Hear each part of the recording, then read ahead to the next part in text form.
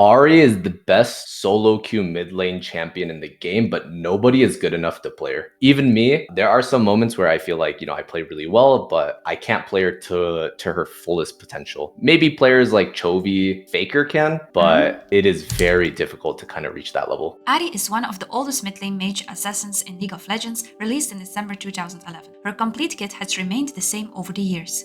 Ahri has been picked multiple times in pro play due to her assassin's nature and her ability to clear waves like no other. Today, we will talk to the rank 1 Ahri player in NA and learn firsthand how he plays Ahri and how thinking ahead made him the best. Hi, my name is LegitKorea. I am a 5 times challenger Ahri OTP. I've been rank 1 Ahri for quite some time now as well, and I've also peaked rank 1 on the NA leaderboard in season 12. I've been playing this game since season 2, very on and off. Season 2 was when I first started, and I didn't play seriously until around season 5. That's when I decided to kind of play the game in a professional setting. So I was just a solo queue player up until that point, and then in season 5 there was a series which we now know it as NACL, I believe, NA Challenger League, but previously used to be called Challenger Series, and you would play promotion games to be able to promote into LCS. I played pretty much every mid lane champion that you could think of, but pro play didn't work out, so I decided to go back to kind of playing solo queue and just playing for fun. But during the time, I had around a 65% to about a 70% win rate on Ahri, and this was playing around Master Tier to Challenger Elo when there was no Grandmaster, so it was only Master Tier to Challenger. And I was like, I'm pretty good at this champion, why not just one trick this champion? Because there was a lot of famous streamers like Box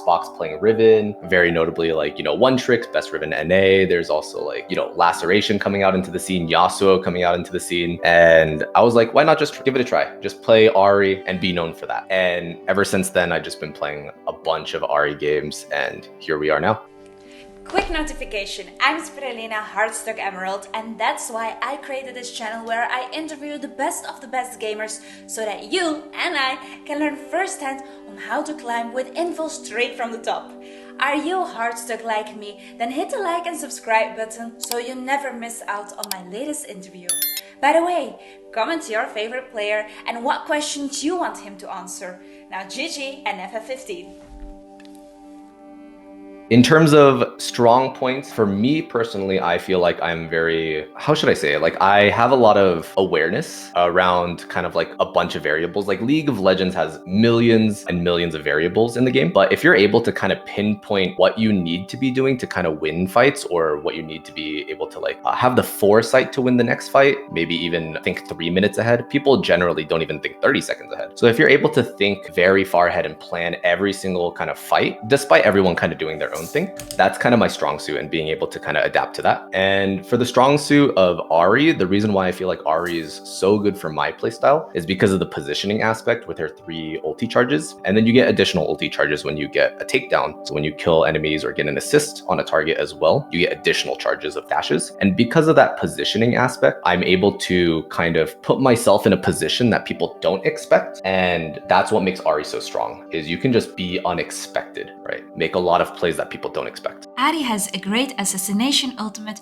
where she gets multiple charges to dash in any direction she wants, making her ideal for engaging, roaming, or even disengaging. Now, what is LegitKorea his favorite champion to play against as Ahri? My favorite matchup is definitely gonna have to be Zed. So the reason why Zed is such a fun matchup as well is because it's like playing rock, paper, scissors on steroids. So you know like those like Death Note scenes where it's like, oh, my opponent knows that I'm gonna do this, and so I gotta do this, but he knows that I'm gonna do this. So then eventually I gotta actually do this play so that they don't expect me to do this. And it's just like a whole mind game, and you just play rock, paper, scissors in the span of like 0.5 seconds. At the immediate moment where Zed ultis you or Ahri ultis you, vice versa, it just becomes a whole mind game. And at the very highest level of play, like I've played against Laceration or LL Stylish, the 2 greatest Zed players in NA. And every time I play against them, it's constant just rock, paper, scissors, and it's super fun to play mechanically. Ahri is really strong versus Zed, so she must be strong versus melee champions, right? Well, yes and no. Against one champion, you definitely shouldn't pick Ahri. Yasuo. No comment. No, I'm just kidding. So Yasuo is one of those champions where he has a ton of mobility. His E is very annoying to deal with. And then his ulti, you can't really charm when he presses his ulti. So like you can't charm behind yourself. It's a very, very tight window, but it's not really like likely that you'll hit him. So there's not a lot of counterplay. And on top of that, he has wind wall. So let's say you press charm and then he presses wind wall. Like you can't really do anything about that. You just kind of have to like sit there. So basically you have to hold charm until he uses wind wall, but if he doesn't use wind wall, then you're kind of like a sitting duck. Ahri isn't being picked so much in season 14 for the mid lane because a lot of people think she is kinda weak early game.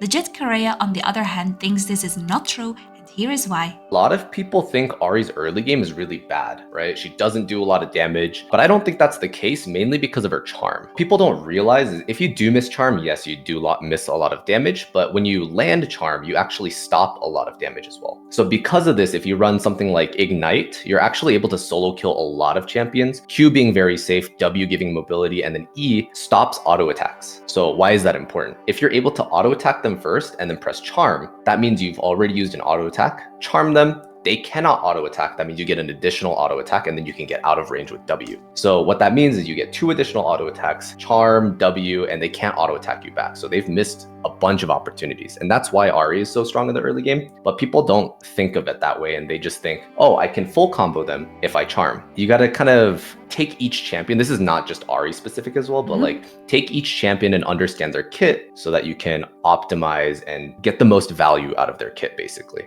Now, how should you play Ahri during laning phase from the beginning until the late game? Are there any secrets for winning lane, and when does her power spike start? If I really want to play to win, then it'll be a variety of like play styles. Sometimes I'll notice that they're weak mechanically and I'll bully them out of lane while gaining a huge CS lead, maybe getting roams off when they need to take recall timers. Level 3 is her probably first power spike. And that's because a lot of people do QWE level, but what you can actually do is QW or QE, and then level 3, you can actually put 1 point into Q. And what that does is you get extremely fast wave clear. So you can clear the wave in 2 Qs and then go roam. So by the 4th wave, if you clear the wave instantly at level 3, you hit level 4 after the 4th wave, you can roam to any part of the lane. So like, let's say your jungler is going bot lane, you can hit level 4, clear the wave fast, enemy mid laner is stuck, you can follow your jungler at that point. And then obviously the next power spike is going to be level 6 because you can push towers extremely quickly with Lich Bane, and then you can also 1v1 and 1v2 with Lich Bane extremely well. Sometimes they're really good mechanical players and I have to play mind games to be able to like manage waves properly, kind of, you know, scale up. Sometimes you can't just solo kill people because like, let's say I go against a pole belter or someone that's like really good at mid lane, like APA, he's in the LCS now, or just mechanically very strong players. It's very difficult to just kind of 1v1. So you kind of have to like tough out the matchup and play towards your strengths. So the best way to get ahead with Ahri is most definitely playing with your team. So you can't control how your teammates are going to play exactly, but you can get a rough estimate of where they're kind of going or how they're going to play generally. Now it becomes harder and harder to kind of understand what they're going to do, especially if you're in lower elo, because maybe you don't have the foresight to understand what you should be doing, but at the same time, maybe you don't know what your Volibear jungler is doing, diving tower and then dying 1v3. So there's just a lot of things that can happen, but what you can control is how mid lane goes, wave management wise, and then you can use that information to kind of maybe crash waves and then follow your jungler. If you want to set up like a 2v3 play, like you know the enemy jungler is going the same side as your jungler, crash mid wave, and then you make it a 2v3 top lane, right? Stuff like that. So those are things you can control. As we confirmed with the other challenger interviews as well, it is vital for any player looking to climb to start thinking like a team.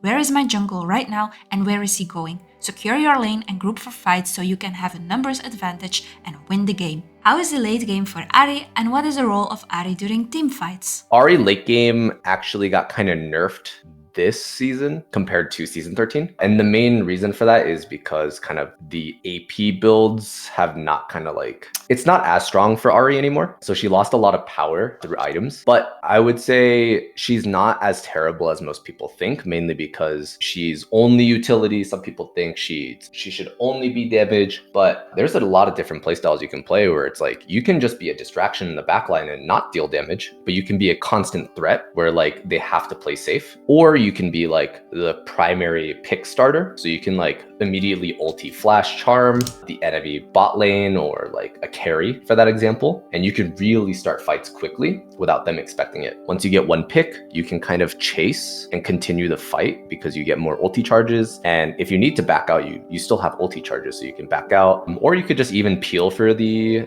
team. You can run stuff like Rylai's, charm assassins that are like attacking your teammates, like carries. So there's a lot of versatility in her playstyle. It just depends on what you need during the team fight.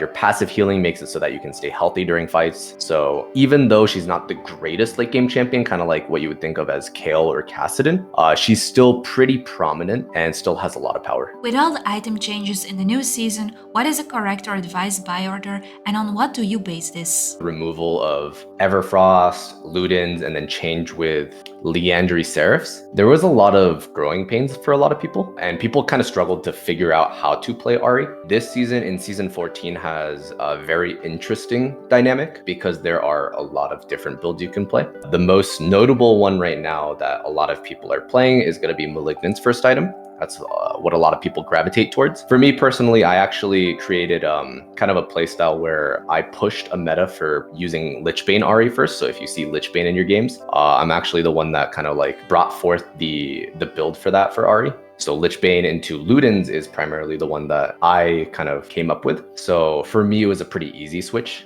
to kind of just be like, oh yeah, this build is going to be good, like kind of theorycraft, and then test it out myself. But for a lot of other people, they did have a lot of struggles with that like first item purchase. But I think people are kind of starting to figure it out and how to play. And Riot has overbuffed her a little bit, but don't tell Riot I said that. Okay. There you go. We won't notify Riot.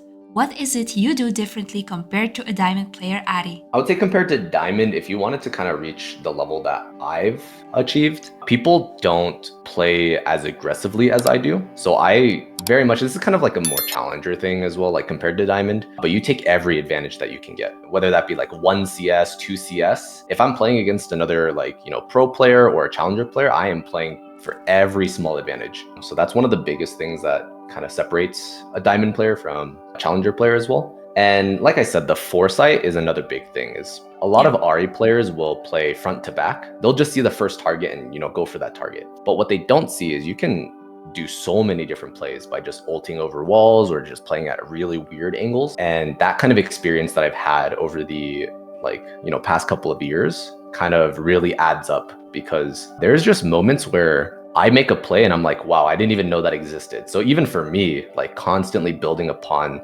that knowledge is what makes the difference between, an inexperienced or maybe like a more experienced player, but then a veteran. As we heard this multiple times already, challenger players play way more aggressively and try to use every advantage they have to snowball their lead even more. What were the most memorable matchups you ever had, and how did it impact your thinking for future games? So 2 games that I remember very specifically, where one of the games was where I was hitting Diamond for the first time. Okay. And this was in season 4. I hit Diamond for the first time in season 4. What ended up happening was one of the biggest streamers at the time, Serchez, in season 4, I played against them, and I was in my friend's basement playing on his Wi-Fi with terrible internet.